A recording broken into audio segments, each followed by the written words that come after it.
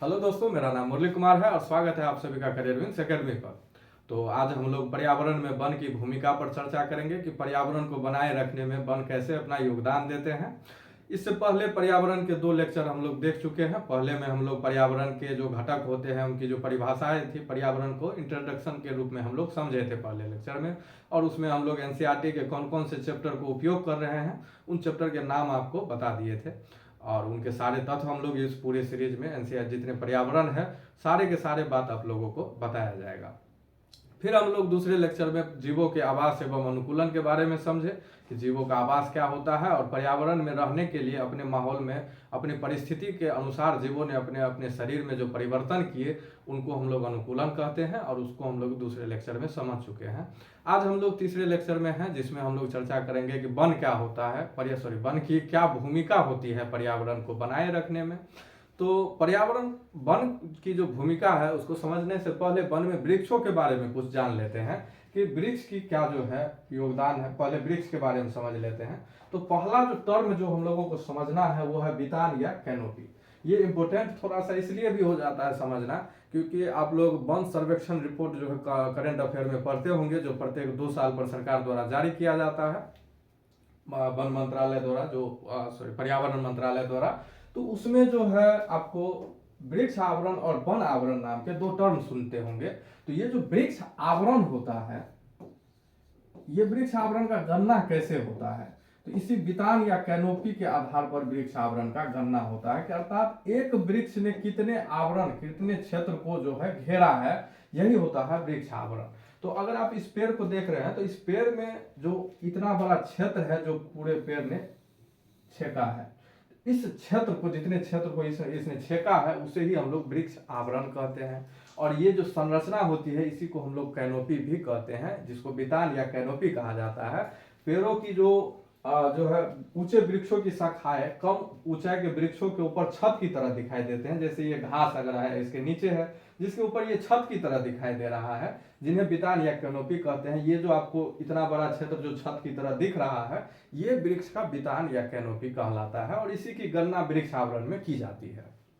तो बितान और कैनोपी के बाद हम लोगों को शिखर, इसी को दूसरा जो टर्म है शिखर, वृक्ष का शाखीय भाग तने से ऊपर उठ जाता है जिससे जो शिखर कहलाता है। ये जो शाखीय भाग है जो तने से ऊपर उठ गया है, यहाँ से ऊपर, ये जो है तना का, ये शिखर कहलाता है इसका।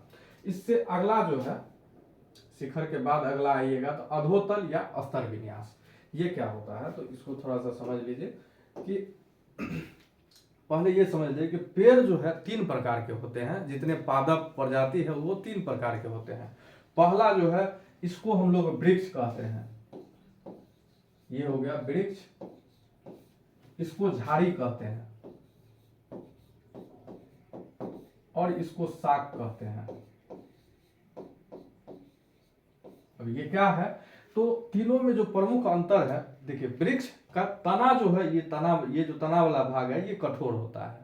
दूसरा बात, ये जो यहां से भूमि से जो ये निकला है तो इसके थोड़ी सी ऊंचाई पर जाने के बाद इसकी शाखाएं निकलती है। जैसे इतना बड़ा भाग आप देख रहे होंगे कि ये खाली है, यहां से कोई शाखा नहीं निकली है, मतलब जड़ से थोड़ी ऊंचाई के बाद इसमें जो है शाखाएं निकलती है वृक्ष में, और इसका तना जो है ये कठोर होता है। सेम उसी प्रकार झाड़ी जो होता है इसमें इसका भी तना कठोर होता है, तना इसका भी कठोर होगा, तना कठोर होता है, और झाड़ी का भी जो है तना कठोर होता है, झाड़ी का भी तना कठोर होता है। लेकिन अंतर इसमें यह है कि इसमें जो भूमि से जड़ के जस्ट ऊपर से इसका शाखा निकलना शुरू हो जाता है। जैसे गांव में आप लोग जो देखते होंगे कि सवेरे सवेरे लोग दांत मांजने के लिए जो पेड़ उखाड़ते हैं, वो जो साहुल का पेड़ होता है तो वो सब झाड़ी में आता है।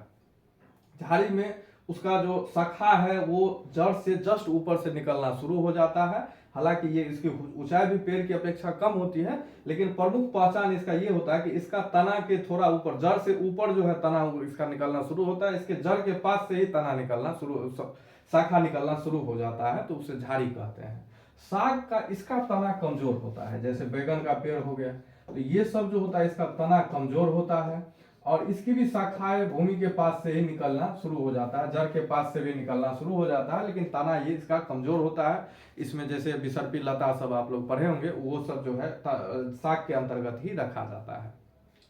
तो पादप 3 प्रकार के होते हैं, एक वृक्ष हो गया, एक झाड़ी हो गया और एक शाख हो गया। अब जब आप वन की यात्रा पर जाएंगे, जब आप वन में घूमने जाएंगे, तो वन में भी आपको इन 3 तरह के एक तल दिखाई देंगे। जो एक तल बनता है, जो एक ऊंचाई पर जो एक तल बनता है, ये वृक्षों का बनता है। दूसरा ऊंचाई पर आप लोग देख रहे होंगे कि ये झाड़ी का जो तल बनता है, और सबसे नीचे घास और शाक का जो तल बनता है। तो पूरे जंगल में आपको 3 तरह के स्तर मतलब दिखने लगते हैं। एक स्तर होता है वृक्षों का, जो ऊंचे ऊंचे वृक्ष होते हैं। दूसरा स्तर मतलब झाड़ी का होता है, और तीसरा जो स्तर होता है ये शाक और घास का होता है। तो ये जो 3 स्तर है, इसी को हम लोग स्तर विन्यास कहते हैं या अधोतल कहते हैं। 3 तल जो बना है यहाँ पर, तो परिभाषा के रूप में अगर देखा जाए तो किसी वन में विभिन्न ऊंचाइयों पर क्षैतिज परतें बनी होती है। एक परत बन गया वृक्ष का, दूसरा परत झाड़ी का और तीसरा परत शाक का। 3 परत बन जाता है, जंगल में आपको नजर आने लगेगा। इन्हें अधोतल या स्तर विन्यास कहते हैं।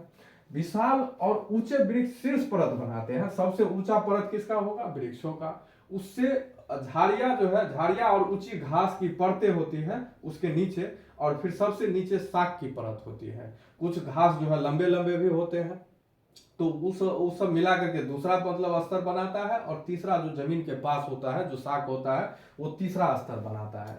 तो जंगल में आपको 3 तरह के स्तर मिल जाएंगे। इसी तीनों स्तर को हम लोग अधोतल या स्तर विन्यास कहते हैं। अब हम लोग आते हैं कि जंगल की जो वन की क्या भूमिका होती है पर्यावरण को बनाए रखने में। तो पर्यावरण को बनाए रखने में वन की जो सबसे महत्वपूर्ण भूमिका अगर देखा जाए तो ये है मृदा में पोषक तत्वों का समायोजन। ये क्या है?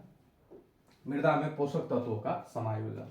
देखिए, प्रत्येक जीव जो है वो, जैसे हम लोग जो खाना खाते हैं, आप बायोलॉजी में चर्चा किए होंगे, पढ़े होंगे कि हम लोग जो खाना खाते हैं उसमें मुख्यतः क्या खाते हैं? कार्बोहाइड्रेट। 3 तरह के हम लोगों को जो है कार्बोहाइड्रेट होता है, वसा होता है और प्रोटीन होता है। वसा और प्रोटीन,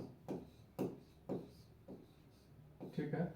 इन तीनों का जो सबसे सरलतम रूप है वो ग्लूकोज होता है। तो ये तीनों टूट करके बाद में ग्लूकोज ही बनता है। हमारे शरीर में ग्लूकोज फॉर्म में ही सारा कुछ टूट करके जमा होता है।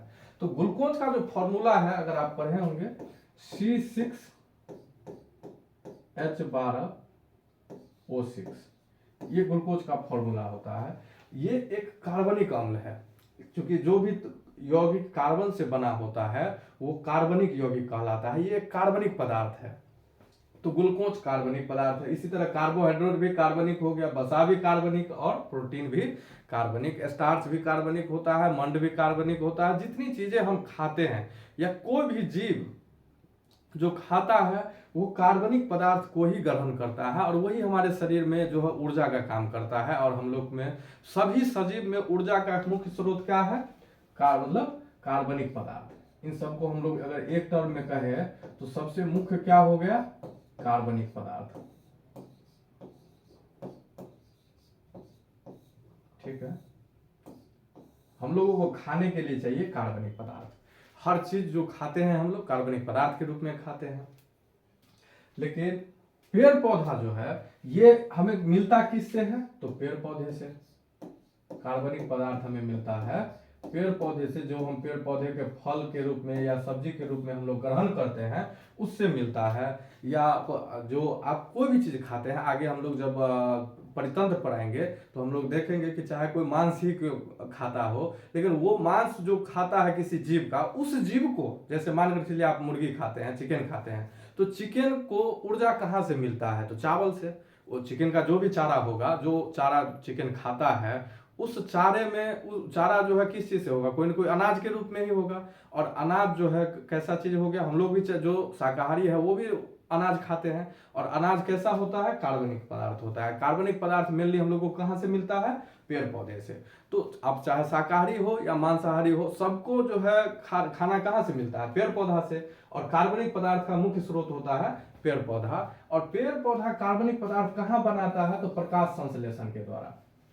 प्रकाश संश्लेषण के द्वारा पेड़ जो भोजन बनाता है उसी भोजन को हम लोग उपयोग करते हैं। पेड़ पौधा अपना भोजन कहाँ रखता है, तो फल में रखता है। फल में चाहे जो उसका, जैसे हम लोग गेहूं खाते हैं तो गेहूं का जो दाना होता है उसमें वो जमा करके रखता है, तो वो पेड़ पौधा का भोजन है। जो पेड़ पौधा कार्बनिक पदार्थ बनाता है प्रकाश संश्लेषण के द्वारा, वो हम लोग खाते हैं। तो पेड़ पौधा को हम लोग, कार्बनिक पदार्थ तो पेड़ पौधा से मिल गया, और पेड़ पौधा को जीवित रहने के लिए जो चीज चाहिए वो है अकार्बनिक पदार्थ। पेड़ पौधा को जीवित रहने के लिए क्या चाहिए, अकार्बनिक पदार्थ। जैसे में आप पढ़े होंगे कि कार्बनिक, पेड़ पौधा को वृद्धि करने के लिए नाइट्रोजन का जरूरत है, प्रकाश संश्लेषण के लिए मैग्नीशियम की आवश्यकता है। तो हर एक तत्व के, जैसे हम लोग खाद उर्वरक का जो उपयोग करते हैं तो उसमें होता है NPK, मतलब नाइट्रोजन, फास्फोरस और पोटेशियम। ये तीन महत्वपूर्ण चीज होता है पेड़ पौधा के लिए, जो उसको चाहिए ही होता है, तभी जाकर के वो जीवित रह पाएगा। तो पेड़ पौधा को जीवित रहने के लिए अकार्बनिक पदार्थ चाहिए। तो अकार्बनिक पदार्थ मिलेगा पेड़ पौधा को, तभी पेड़ पौधा हम लोगों को कार्बनिक पदार्थ दे पाएगा। तो फिर ये अकार्बनिक पदार्थ पेड़ पौधा को कैसे मिलता है, तो मिट्टी में जो हम लोग सुनते हैं कि उर्वरता है, वो उर्वरता कहाँ से आती है, तो मिट्टी में उर्वरता आती है ह्यूमस से। मिट्टी की उर्वरता आती है ह्यूमस से। थोड़ा सा ध्यान से समझिएगा, क्योंकि थोड़ा सा प्रॉब्लम ये है कि ये सारी बातें हम लोग परितंत्र में डिटेल में चर्चा करेंगे, और अभी थोड़ा सा समझ करके ये बात हम लोग आगे बढ़ जाएंगे। इसके बाद परितंत्र में इस पर विशेष चर्चा होगा। तो ह्यूमस से मिट्टी में मृदा आता, मिट्टी का पोषक तत्व मिलता है। और ह्यूमस किसको कहते हैं, ह्यूमस किससे मिलता है, तो जो पेड़ पौधा टूट करके मृत पेड़ पौधे से, मृत पेड़ पौधे या जीव जंतु, मृत पेड़ पौधे एवं जंतु, जब पेड़ पौधा का पत्ता टूट करके गिरता है या डाली टूट करके गिरता है, जो किसी अन्य जीव द्वारा नहीं खाया जाता है और वो अपशिष्ट बच जाता है, तो फिर वो जमीन में मतलब मिल जाता है। और जमीन में मिलने के बाद जो है सूक्ष्म जीव द्वारा इसको अपघटित कर दिया जाता है, और अपघटित करके ये मृदा में मिल जाता है। और जब ये मृदा में मिलता है तो वही मृदा को उपजाऊ बनाता है, और मृदा में पोषक तत्व का समायोजन करता है, मतलब मृदा में पोषक तत्व को मतलब डाल देता है, और जो सूक्ष्म जीव होते हैं इसमें प्रमुख भूमिका निभाते हैं। तो इस तरह से देखिए, पेड़ पौधा होगा तभी जाकर के मिट्टी जो है मतलब उपजाऊ हो पाएगा। अगर आप नहीं तो फिर मतलब खाद सब का उपयोग करना पड़ता है। अगर पेड़ पौधा अगर हो तो मिट्टी वैसे भी उर्वर रहेगी, उसको अन्य किसी उर्वरक की जरूरत नहीं पड़ता है, और उसको मिट्टी में जो पोषक तत्व होता है वो सड़े गले पेड़ पौधे के, मृत पेड़ पौधे से ही मिलता है। कुछ मात्रा में जो जीव जंतु मरते हैं उनका भी जो है वो भी अपघटित होकर के जमीन में मृदा का काम करते हैं। इसलिए आप गांव में देखते होंगे कि गौ में जो जानवर होते हैं उनको गोबर को जो है खेत में डाल दिया जाता है, ताकि वो खेत जो है जिसमें गोबर डाला जाता है तो वो प्राकृतिक उर्वरक का काम करते हैं और मिट्टी में पोषक तत्वों का समायोजन करते हैं। तो जीव जंतु के जो जितने पेड़ पौधे, मृत पेड़ पौधे हो गए, जंतु के मल हो गए, ये सारी चीजों जो है, ये सारी चीज पहले तो अभी तो कार्बनिक फॉर्म में है, अभी कार्बनिक फॉर्म में होता है, और जब सूक्ष्म जीव द्वारा इसको अपघटित किया जाता है तो अपघटित होने के बाद ये अकार्बनिक फॉर्म में आते हैं, और वही मिट्टी में उर्वरता का काम करते हैं। तो मिट्टी में जो मृत पादप एवं जीवों के उत्तकों को सूक्ष्म जीव द्वारा गहरे रंग के पदार्थ में परिवर्तित कर दिया जाता है, जिसे ह्यूमस कहते हैं, और यही ह्यूमस मृदा में पोषक तत्व का काम करता है। तो ये ह्यूमस मिट्टी में कहां से मिलता है, पेड़ पौधे से, मृत पेड़ पौधे से एवं जीवों के उत्तक से। तो जंगल में तो इस सब चीज का कोई कमी है ही नहीं है। तो जंगल में मिट्टी का उर्वरता हमेशा बना रहता है, क्योंकि जब आप जंगल घूमने जाइएगा तो वहां पर जो मृत पेड़ पौधे हैं, जो पत्ते सब गिर पड़े हैं, उनका एक परत बन जाता है, और जब उस पर चलिएगा तो ऐसा लगेगा कि मलमल के मतलब मलमल के कंबल पर चल रहे हैं, उस तरह का फील होता है। तो इस तरह से जो जंगल होता है मृदा को हमेशा उपजाऊ बनाए रखता है ह्यूमस के द्वारा। अगला जो है अपघटक, ये अपघटक में पादप और जंतुओं के मृत स्वरूप को ह्यूमस में परिवर्तित कर देते हैं। जो अभी वो हम लोग चर्चा किए कि जो पेड़ पौधे, मृत पेड़ पौधे हैं और जीव जंतु है, जीव जंतु के मल है, वो सारे जो है अपघटक इसको क्या करते हैं, परिवर्तित कर देते हैं पोषक तत्वों में। और इनमें मुख्यतः जो है कवक और बैक्टीरिया शामिल होते हैं। ये टर्म बड़ा ही इंपॉर्टेंट है। कवक और बैक्टीरिया दो जो है जीवाणु होते, सूक्ष्म जीव होते हैं, जो अपघटक का कार्य करते हैं। ये मृत जो है सूक्ष्म जीव, मृत जीवों के उत्तकों का जो है अपघटन करते हैं। इसके बाद ये कार्बनिक पदार्थों को सरल अकार्बनिक पदार्थों में परिवर्तित कर देते हैं। एक बार फिर से देख लीजिए ताकि पूरी बात में कोई कंफ्यूजन ना रहे कि कार्बनिक और अकार्बनिक क्या है। देखिए, हम लोग खाना खाते हैं कार्बनिक पदार्थ, और मानव कोई भी जीव जंतु है सब में कार्बन है, और सबको कार्बन की आवश्यकता है। बिना कार्बन के मतलब शरीर में ऊर्जा ही नहीं मिलेगी। चाहे हम लोग कोई भी खाना खाते हैं, कार्बोहाइड्रेट, प्रोटीन और वसा के रूप में ही हमको फिर वो ग्लूकोज में टूटता है और जो हम लोगों को ऊर्जा प्रदान करता है। तो ग्लूकोज सारे कार्बनिक पदार्थ है। तो जो जीवित प्राणी है वो जीवित प्राणी उसमें कार्बनिक पदार्थ पाया जाता है, और खाना के रूप में भी जितने जीवित प्राणी है उसमें पाया जाता है कार्बनिक पदार्थ। जीवित प्राणी में कार्बनिक पदार्थ, और ये जो कार्बनिक पदार्थ कहां से प्राप्त होते हैं? मुख्यतः हम लोगों को प्राप्त होता है पेड़ पौधे से।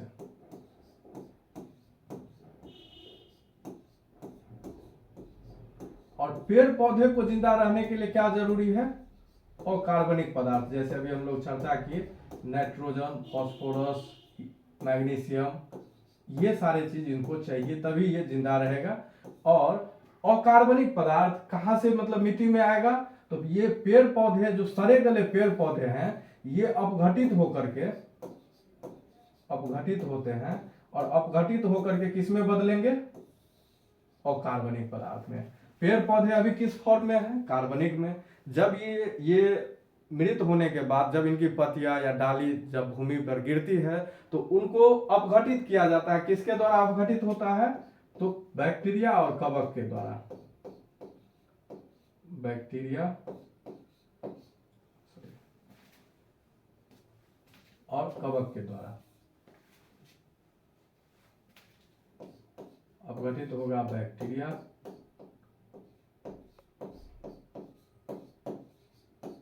और कवक के द्वारा। ये सूक्ष्म जीव होते हैं, और फिर से ये अपघटित करके अकार्बनिक पदार्थ में बदल देते हैं जो मिट्टी में ह्यूमस के रूप में मिलते हैं। और ह्यूमस जो है उर्वरता पेड़ पौधे को जीवित रखते हैं, उनको सारे पोषक तत्व जो है प्रदान करते हैं। पेड़ पौधे जड़ के द्वारा उनको अवशोषित करते हैं। तो ये एक चक्र हमेशा चलते रहता है। पहले मतलब मिट्टी जो है उर्वर है अभी, तो पेड़ उगा, पेड़ उगने के बाद उसको चाहिए अकार्बनिक पदार्थ, तो वो मिट्टी से अकार्बनिक पदार्थ लिया। जब मिट्टी का अकार्बनिक पदार्थ खत्म हो गया तो फिर पेड़ पौधे जो है जब उनकी सड़ी गली पत्तियां मिट्टी में मिलती है तो फिर उसको अकार्बनिक पदार्थ मिलता है। तो ये चक्र हमेशा चलते रहता है, अकार्बनिक कार्बनिक, अकार्बनिक कार्बनिक। तो पहले एक बार ये देख लीजिए कि ये बराबर एग्जाम में बार बार दे देता है कि जो सूक्ष्म जीव है किसको किस में परिवर्तित करते हैं। तो सूक्ष्म जीव करेगा कार्बनिक पदार्थ को, पेड़ पौधे को अपघटित करता है, और जितने जीवित जीव हैं सब में कार्बनिक पदार्थ है। तो पेड़ पौधे एक कार्बनिक पदार्थ है, कार्बनिक पदार्थ को ये अकार्बनिक में बदलेगा, मिट्टी में मिलाएगा, मिट्टी फिर से जो है मिट्टी से फिर पेड़ पौधा ले लेगा और फिर से उसको कार्बनिक पदार्थ में बदल देगा और हम लोगों को भोजन प्रदान करता है। तो ये चक्र हमेशा जंगल में चलते रहता है। तो पहला तो हो गया कि मृदा में पोषक तत्व का समायोजन, और फिर से जो है मृदा को उर्वर बनाए रखने में जो वन है वो महत्वपूर्ण भूमिका निभाते हैं। तो पहला बात ये हो गया। दूसरा जो इसका महत्वपूर्ण रोल होता है वो है ऑक्सीजन चक्र। ऑक्सीजन चक्र किसको कहते हैं? तो देखिए, पेड़ पौधा जो है, पेड़ पौधा कार्बन डाइऑक्साइड लेते हैं, सॉरी ऑक्सीजन छोड़ते हैं, फिर हम लोग मानव जो है ऑक्सीजन लेता है। दूसरे मानव जितने सजीव है सबके साथ वही बात है। पेड़ पौधा को छोड़ करके जितने जीव हैं, पेड़ पौधा वनस्पति हो गया, और जितने जीव है वो ऑक्सीजन लेते हैं और ये छोड़ते हैं CO2। तो ये चक्र चलते रहता है। तो ऑक्सीजन चक्र हमेशा बना रहता है। ऑक्सीजन पेड़ पौधा छोड़ता है, जीवों द्वारा ऑक्सीजन ग्रहण किया जाता है, फिर से ये कार्बन डाइऑक्साइड छोड़ते हैं जो पेड़ पौधा फिर से ग्रहण करते हैं। तो ये प्रकाश संश्लेषण में उपयोग करते हैं इसका। तो पादप प्रकाश संश्लेषण द्वारा ऑक्सीजन निर्मुक्त करते हैं। फिर इस प्रकार पादप जंतुओं के शोषण के लिए ऑक्सीजन उपलब्ध कराते हैं। वे वायुमंडल में ऑक्सीजन और कार्बन डाइऑक्साइड के संतुलन को भी बनाए रखते हैं। ये भी एक जरूरी है कि पेड़ पौधा अगर ज्यादा होगा तो वायुमंडल में ऑक्सीजन की मात्रा ज्यादा होगी और कार्बन डाइऑक्साइड की मात्रा कम होगी, और इससे जो है पर्यावरण का संतुलन बना रहता है। और जैसे आजकल हम लोग देख रहे हैं कि भूमंडलीय तापन जो बढ़ रहा है वो तो कार्बन डाइऑक्साइड की वृद्धि के कारण ही बढ़ रहा है, और अगर पेड़ की संख्या ज्यादा होगी तो ये जो भूमंडलीय तापन की समस्या है, ग्लोबल वार्मिंग की जो समस्या है, उससे निजात मिल जाएगा। इसलिए वनों को हरे फेफड़ा भी कहा जाता है। तो ये एक इंपॉर्टेंट पॉइंट है कि वनों को हरे फेफड़ा क्यों कहा जाता है, क्योंकि ये पर्यावरण में ऑक्सीजन का जो है, ऑक्सीजन और कार्बन डाइऑक्साइड को संतुलन बनाए रखने में पेड़ पौधा महत्वपूर्ण योगदान निभाते हैं। दूसरी बात, एक पॉइंट आप ये भी याद रख सकते हैं यहां से कि पृथ्वी का फेफड़ा किसको कहा जाता है?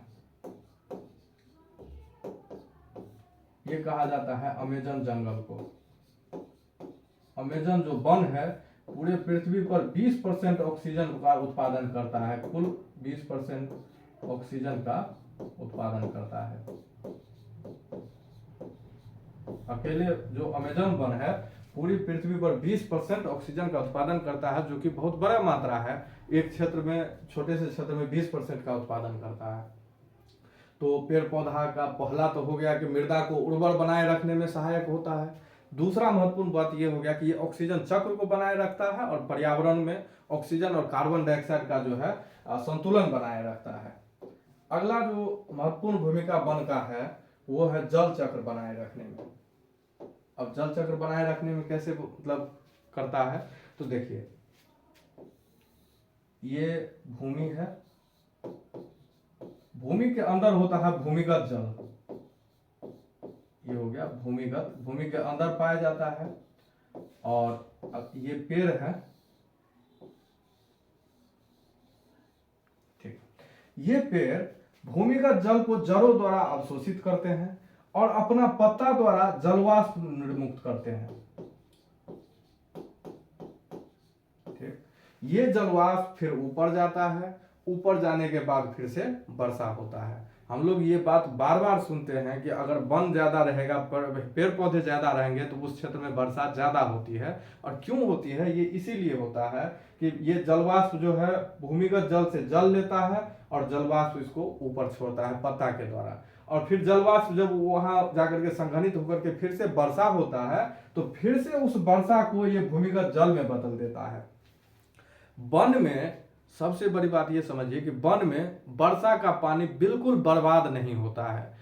किसी शहर में अगर आधा घंटा बारिश हो जाए तो शहर में बाढ़ आ जाता है और शहर में जितना पानी हुआ सब बह करके बर्बाद हो जाता है। कहीं भूमिगत जल के रूप में वो फिर से मतलब नहीं जल मतलब बन पाता है। वो पानी बह करके कहीं और नदी में चल गया, किसी नदी में जाकर के फिर नदी जाकर के समुद्र में मिल गया, और वो पानी जो मीठा पानी था पूरे समुद्र पर पूरे पृथ्वी पर किल्लत है मीठा पानी का। खारा पानी तो पूरे पृथ्वी पर 97% पानी है। फिर हम लोग ये बार बार क्यों कहते हैं कि पानी की समस्या है हम लोगों के पास, तो पानी की समस्या इसलिए है क्योंकि पृथ्वी पर पानी जितना है खारा पानी है, और मीठा पानी जो है 97% पृथ्वी पर खारा पानी है। खारा पानी जिसको मानव द्वारा किसी काम का नहीं है, न ये खेती बाड़ी में उपयोग होता है, न ये पीने में काम आता है, न ये नहाने में काम आता है, किसी काम का नहीं है ये पानी। बच गया जो 3% पानी, 3% मीठा पानी, इस 3% का जो है 70% ग्लेशियर में है। अब आप समझ ही गए होंगे कि पानी का इतना कमी क्यों है।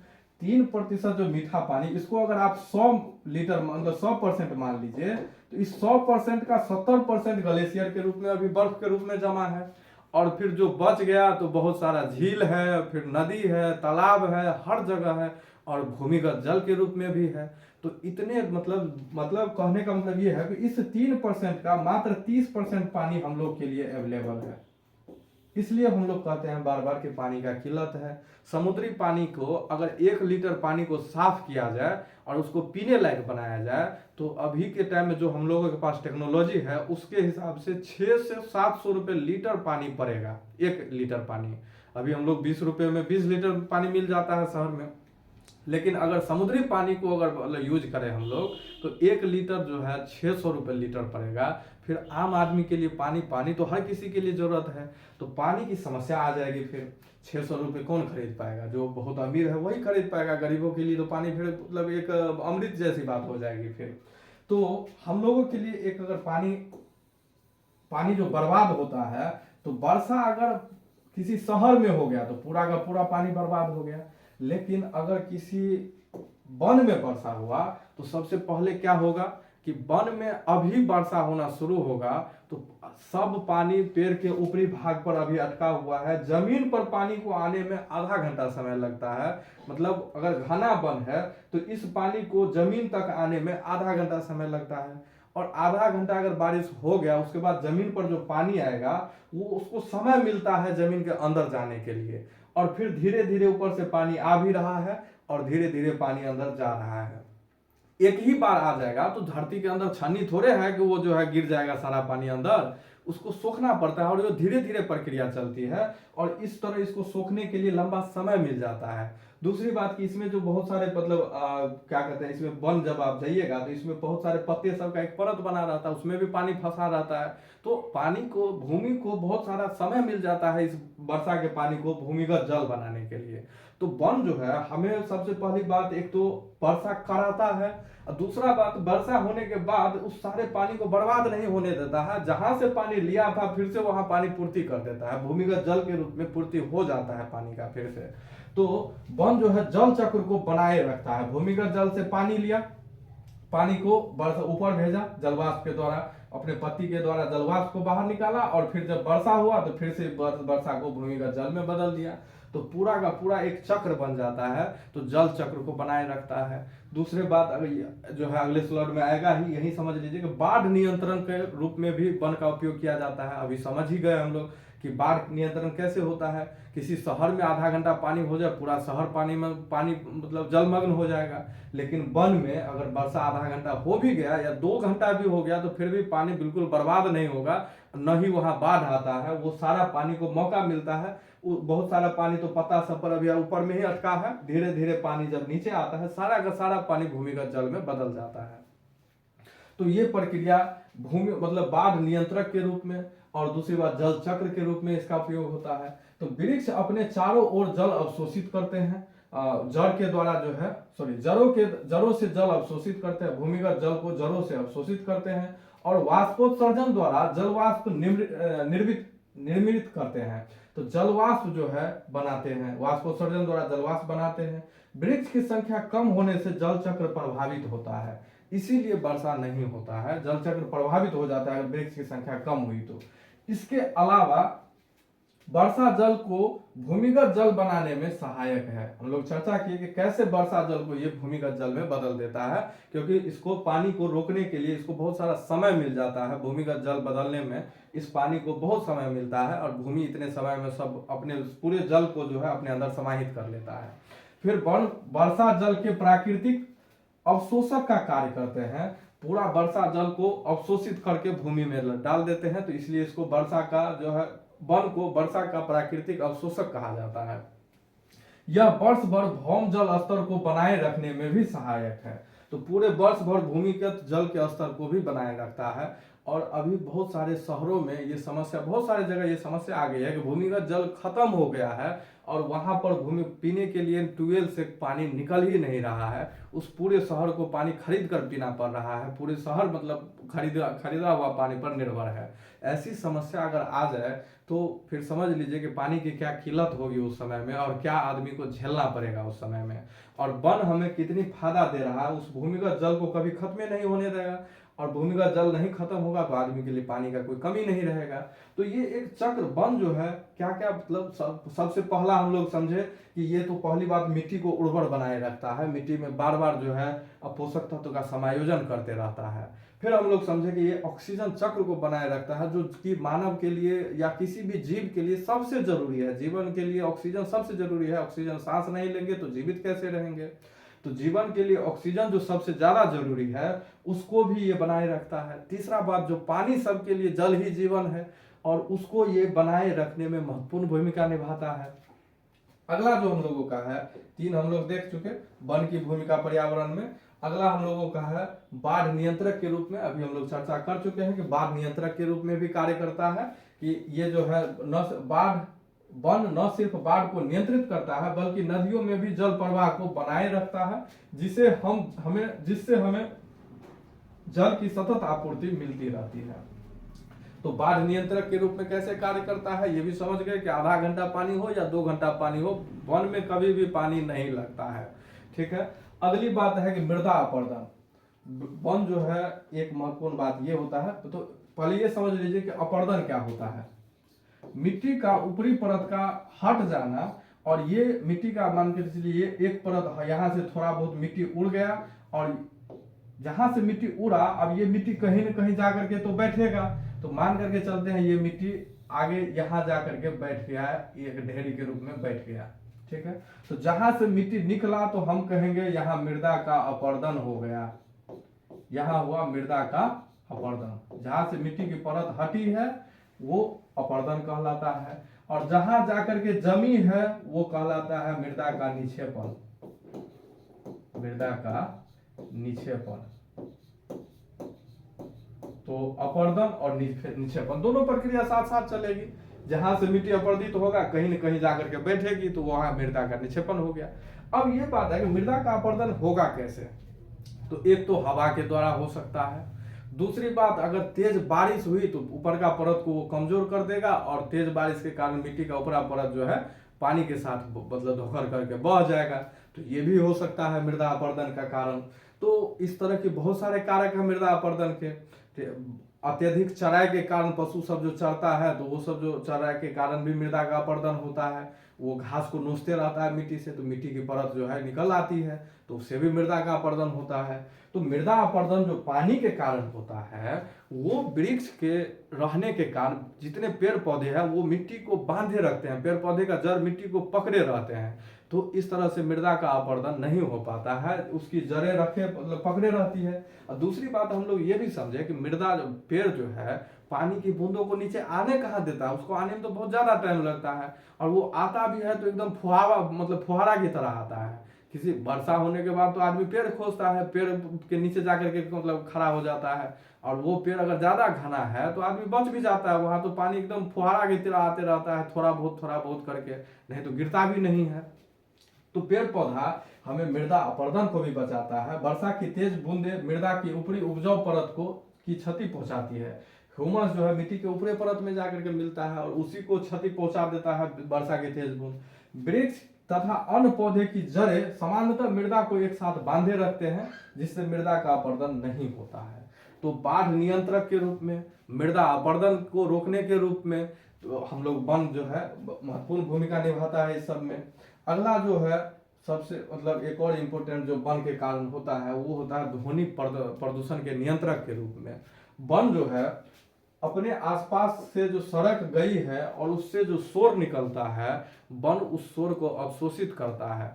आपके घर के अगल बगल में अगर नेशनल हाईवे जो राष्ट्रीय राजमार्ग है अगर वो होगा, तो देखिएगा कि उस रोड के बीच में जो हाईवे होता है उसके बीच में हर जगह फूल लगाया जाता है, ताकि वो प्रदूषण सिर्फ इसलिए नहीं कि वो कार्बन डाइऑक्साइड को अवशोषित करे, और वहां से जाने के जितने वाहन है वो वाहन का जो ऑक्सीजन कार्बन डाइऑक्साइड छोड़ता है वाहन, तो वो पेड़ पौधा उसको संतुलित करे।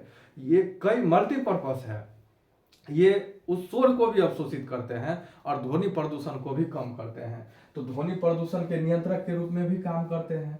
प्रत्यक्ष रूप से अगर लाभ की बात किया जाए तो हमें वन जो है औषधीय पादप देते हैं। जैसे हल्दी जो है, हल्दी बहुत सारे जो है दुखों में काम आता है, तो हल्दी जो है एक औषधीय पादप हो गया। इस तरह कई सारी जड़ी बूटी है जो हमें जंगल से प्राप्त होते हैं और जो है औषधि के रूप में हम लोग उसका इस्तेमाल करते हैं। बहुत सारे ऐसे पौधे हैं। हमें वन से लकड़ी मिलता है।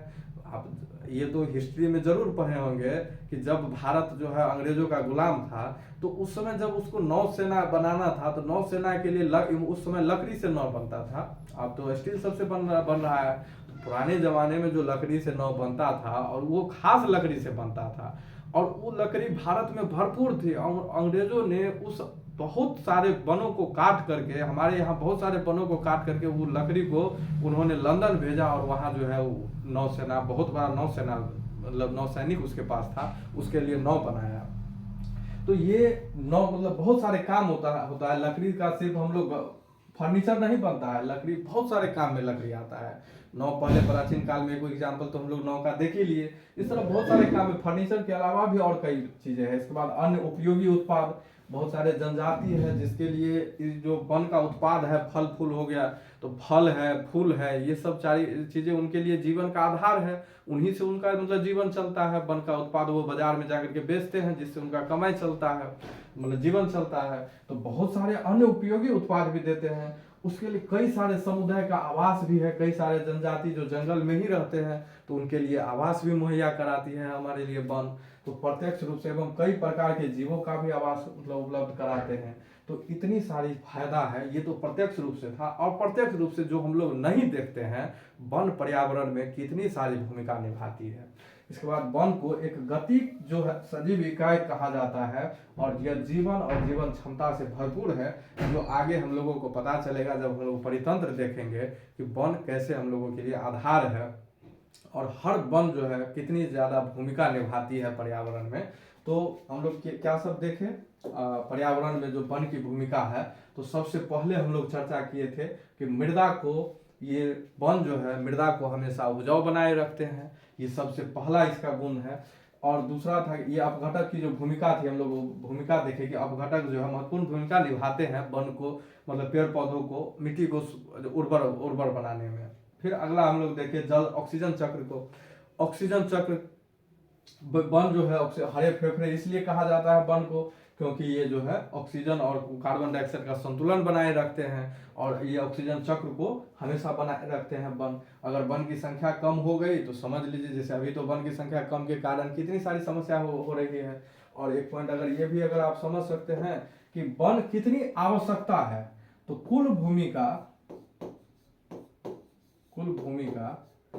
33% किसी भी देश के लिए ये एक मतलब मान्य सीमा है, जो कि यूएन द्वारा पारित किया गया है कि मतलब 33% वन होना ही चाहिए किसी भी देश में।